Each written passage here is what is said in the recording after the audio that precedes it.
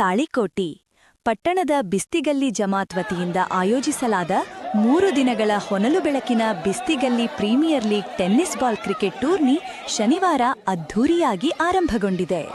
ಉದ್ಘಾಟನಾ ಸಮಾರಂಭವನ್ನು ಪುರಸಭೆಯ ಮಾಜಿ ಅಧ್ಯಕ್ಷ ಹಾಗೂ ಹಿರಿಯ ಮುಖಂಡರಾದ ದಶರಥ ಸಿಂಗ್ ಮನಗೂಳಿ ನೆರವೇರಿಸಿದರು. ಮಾತನಾಡಿದ ಅವರು, ಬಿಸ್ತಿಗಲ್ಲಿ ನನಗೆ ರಾಜಕೀಯ ಜನ್ಮ ನೀಡಿದ ಸ್ಥಳ.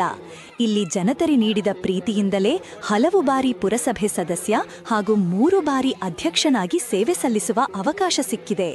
ಮುಂದೆಯೂ ನಾನು ನಿಮಗೆ ಸೇವೆ ಮಾಡಲು ಸದಾ ಸಿದ್ಧನಿದ್ದೇನೆ ಎಂದರು. ಯುವಕರು ಪಂದ್ಯಾವಳಿ ಹಮ್ಮಿಕೊಂಡಿರುವುದು ಪ್ರಶಂಸನೀಯ ಎಂದು ಶ್ಲಾಘಿಸಿದರು. ಇದೀಗ 3 ದಿನಗಳ ಕಾಲ ನಡೆಯಲಿರುವ ಈ ಟೂರ್ನಿಯಲ್ಲಿ ನೋಯಾನ್ titans, 7 star, alter ego, bond rangers, power rangers, trophy fighters ಸೇರಿ ಒಟ್ಟು 6 ತಂಡಗಳು ಸ್ಪರ್ಧೆಗೆ ಇಳಿದಿವೆ. ಟೂರ್ನಿಗೆ ಆಕರ್ಷಕ ನಗದು ಬಹುಮಾನಗಳನ್ನು ಘೋಷಿಸಲಾಗಿದೆ.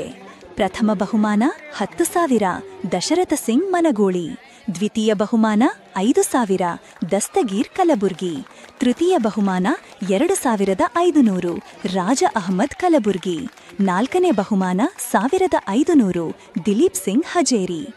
ಇದರ ಜೊತೆಗೆ ಶೀಲ್ಡ್ಗಳು ಹಾಗೂ ಇನ್ನಿತರೆ ಆಕರ್ಷಕ ಬಹುಮಾನಗಳು ಪಂದ್ಯಾವಳಿಗೆ ಮೆರುಗು ತುಂಬುತ್ತಿವೆ.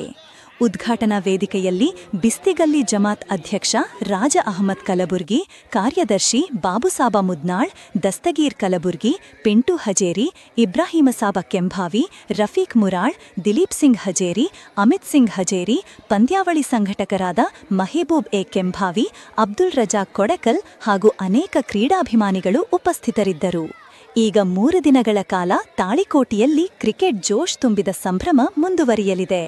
ವರದಿ ಅಬ್ದುಲ್ ಗಣಿ Makandar, SCN TV news, Talikoti.